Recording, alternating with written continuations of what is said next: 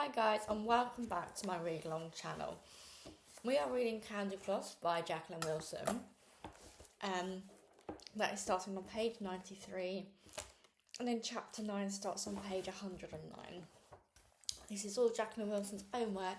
I'm just reading it for entertainment and pleasure. Just to let you know, I couldn't record yesterday because I didn't feel very good.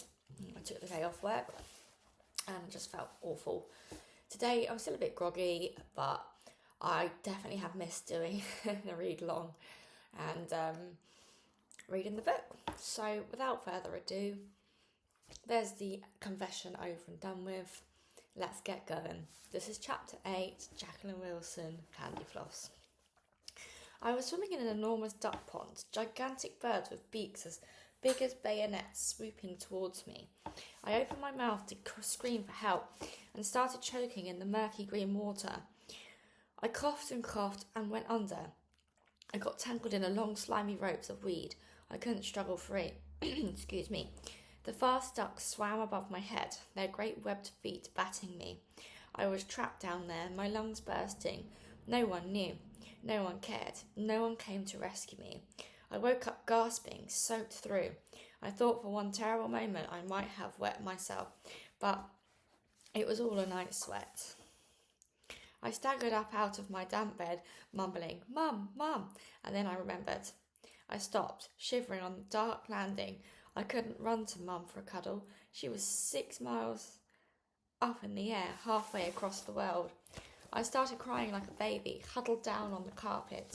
"Floss?" Dad came stumbling out of his bedroom in the pyjamas and very nearly tripped over me.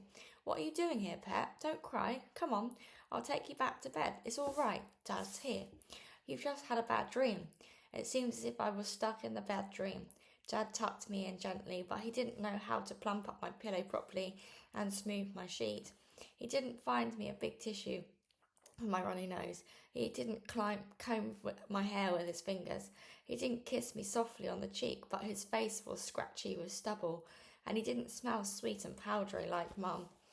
I tried to cuddle down under the duvet, but it smelled wrong too, of old house and chip fat. I wanted to go to Mum's house, but it was all changed. Our stuff was all packed up. Soon there would be strangers renting it. I imagined another girl my age in my white bedroom with the cherry red carpet and the cherries on the curtains. I saw her looking out of my window at my garden and my special swing. I couldn't bear it. 3 months ago, Steve had fixed up the baby swing for Tiger, all colours and bubbles, flashing lights. I'd done the big sister bit and patiently pushed him backwards and forwards, but I couldn't help remembering that I wished I had a swing when I was little. I didn't think Mum and Steve had taken much notice, but the next weekend when I was at Dad's, Steve rigged up this amazing proper traditional wooden swing, big enough for an adult, certainly big enough for me. "My swing," I sobbed now. "What? Please don't cry so, Floss. I can't make out what you're saying," said Dad, sounding really worried. "Listen, I know how badly you're missing your mum. I've got your airline ticket safe in the kitchen drawer. We can book you onto a flight and you can join up with them. It will be like a big adventure flying all that way." No, I want my swing," I said. Dad missed a beat before he understood. "Well, that's easy peasy," he said. "We'll nip round to your mum's place tomorrow and take your swing. Don't upset yourself, darling. Your old dad will sort things out for you." We went round to the house early Sunday morning before Dad opened up the cafe.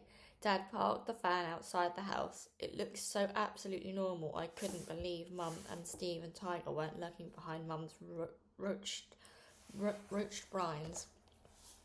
We didn't have the key, but we didn't need one to wiggle open the bolt of the side gate and walk round into the back garden. Tiger's swing wasn't there. It had been dismantled and packed up. The only trace of it was the 4 square marks on the grass where the legs had been. My swing still stood there sturdily, too sturdily. Dad tried to take it down. He even broke into the garden shed and bashed at the swing's supports with Steve's tools. The swing didn't budge, but Steve's stainless steel spade got horribly dented. "Oh, bum," said Dad. "Now I suppose I'll have to pay for a new blooming spade on top of everything else." "Never mind, Dad. But I do mind. Why am I so useless? Look, I'm going to clap that swing if it's the last thing I do." Dad battered and bashed a lot more. He tugged and tussled with a swing. He even tried digging round it with the bent spade, but The supports went way down, almost to Australia. Dad stood still, wiping his brow, his face damp and scarlet. It doesn't matter, Dad, honestly, I said. It matters to me, said Dad grimly. I peered up at the swing, wishing I hadn't said a word. Dad stared too, his brow furrowed as if he was trying to fell the swing by sheer willpower. Then he suddenly clapped his hands and ran and got Steve's scary long pruning shears. Dad, what are you going to do? It's okay, Floss. I've just worked it out. We'll liberate your swing. We just need the rope and the seat. We don't need the stupid supports. It's going to be portable swing now, you'll see. Dad reached up and snipped at the top of each rope. They came thumping down with a wooden seat attached. There, he said, as if he'd perfected the most astonishing trick. I blinked doubtfully at the severed swing and said nothing. When we got back home, Dad took the swing out in the back yard. He's never actually got round to turning it into a proper garden. There's not really room anyway. There are big wheelie bins for taking the rubbish from the cafe, and all the cardboard boxes of old stuff that Dad's going to sort one day lurking under the tarpaulin, and bits and pieces of very old bikes and electric scooter that never work properly. There's a tiny flower bed of pansies because Dad says they've got smiley faces, and an old sandpit I used to play beaches in when I was very little, and an ancient gnarled apple tree that's too old to produce any fruit, although it was the reason Dad bought the cafe so long ago. He was going to make our own apple pies and apple cake and apple chutney and apple sauce. He painted a big new sign to go above the door, the Apple Cafe, and he painted the walls and windows bright apple green. He changed the name to Charlie's Cafe long ago, but the apple green paint's still there, though it's faded to a yellowy line and it's peeling everywhere. Mum always nagged Dad to chop the apple tree down because it wasn't doing anything useful, just causing shadows in the yard, but Dad reacted as if Mum had asked him to chop me down. We'll hang your swing on the apple tree, Dad said now. He spent all afternoon putting it up. He tested the branches first, swinging on them himself, yelling like Tarzan to make me laugh. I still didn't feel a bit like laughing, but I giggled politely. Then Dad went up and down a ladder, fixing one end of the swing rope here and the other end there.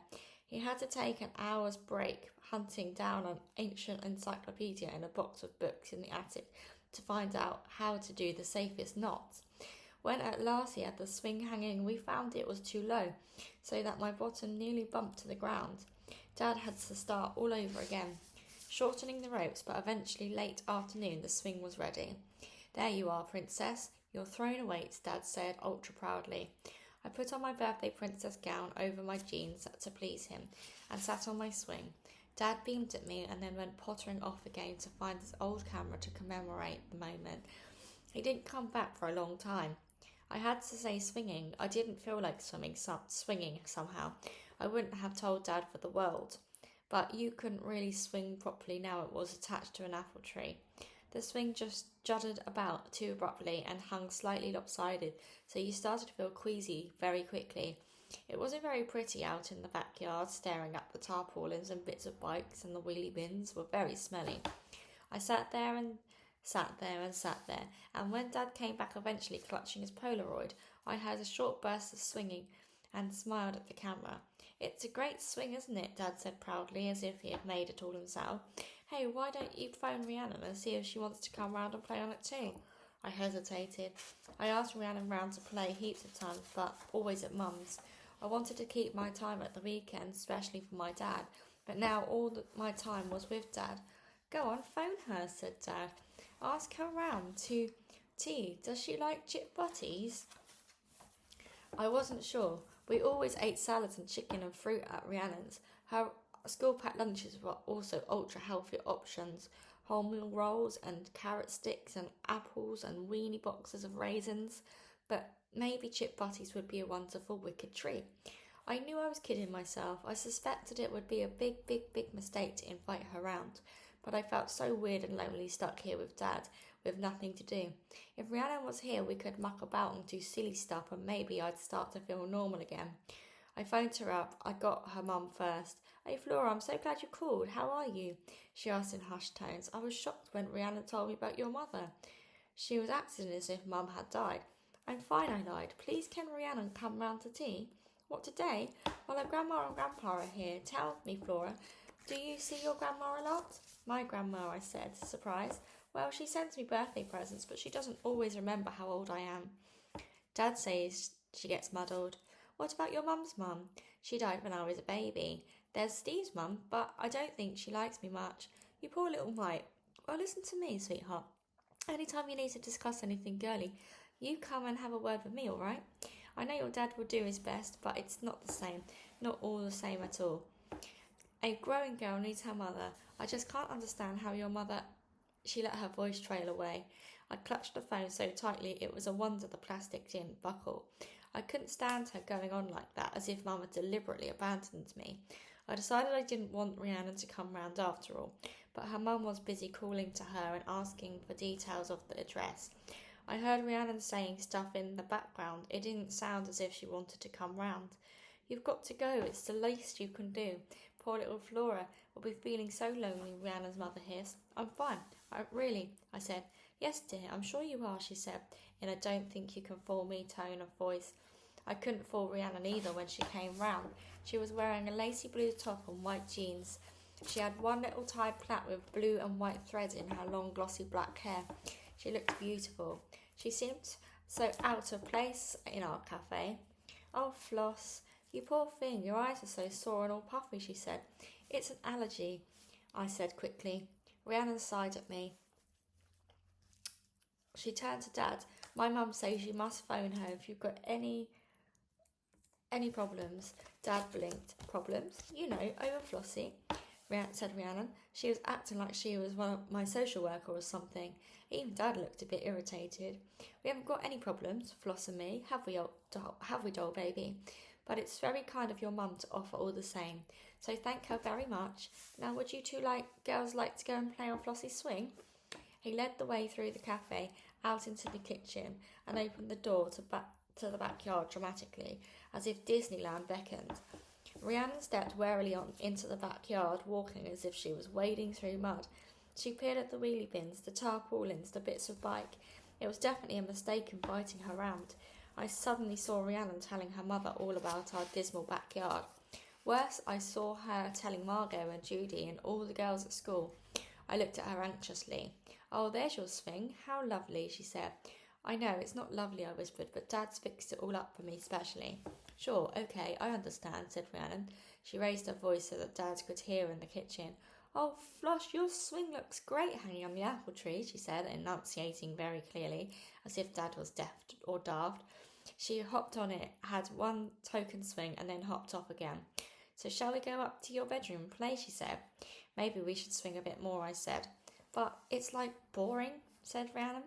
Come on, Floss, I've been nice to you, Dad. Now let's go and do stuff. Okay, we went back indoors. Dad had started peeling potatoes in the kitchen. He looked baffled to see us back so quickly. What's up, girls? He said. Nothing's up, Dad. I just want to show Rhiannon my bedroom, I said. I didn't want to show her my bedroom. She looked round, sucking in her breath. Is this your bedroom? She said. She wrinkled her brow. But I don't get it. Your bedroom's lovely, all red and white and clean and pretty. That's my bedroom at my mum's. You know it is, I said. I sat on my old saggy bed and stroked the limp duvet as if I was comforting it. So, okay, where's all your stuff? The cherry curtains, the red velvet cushions, and your special dressing table with the velvet stool? I've got all my clothes and books and art stuff here. The curtains are still at Mum's, and the other things have been put into storage. They wouldn't fit in my bedroom here. I scarcely fitted into my bedroom at Dad's. It was not much bigger than a cupboard. There was just room for the bed and an old chest of drawers. Dad had started to paint it with some special silver paint, but it was very small tin and it ran out before he could cover the last drawer.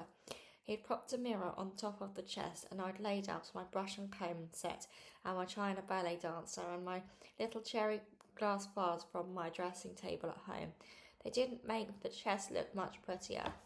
Dad's going to finish painting the chest when he can find some more silver paint, I said, and he's going to put up bookshelves, and we're going to get a new duvet, midnight blue with silver stars, and I'm going to have those luminous stars stuck on the ceiling.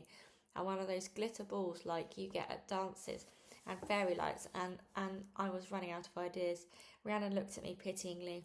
What sort of house is your mum going to have in Australia, she asked. They're just renting. It's just some little flat, I said. I was lying. Mum had showed me a brochure showing a beautiful modern flat with balconies and sea view. They'd deliberately chosen a flat with 3 big bedrooms so that I could have the room of my dreams. It couldn't be littler than this flat, said Rhiannon. You must be a bit nuts to want to stay here rather than go to Australia. I want to be with my dad, I said. Do you love your dads much more than your mum then? No, I love them both the same, but Dad needs me more, I said. Well, it still seems crazy if you ask me, said Rhiannon, sitting down on the bed beside me.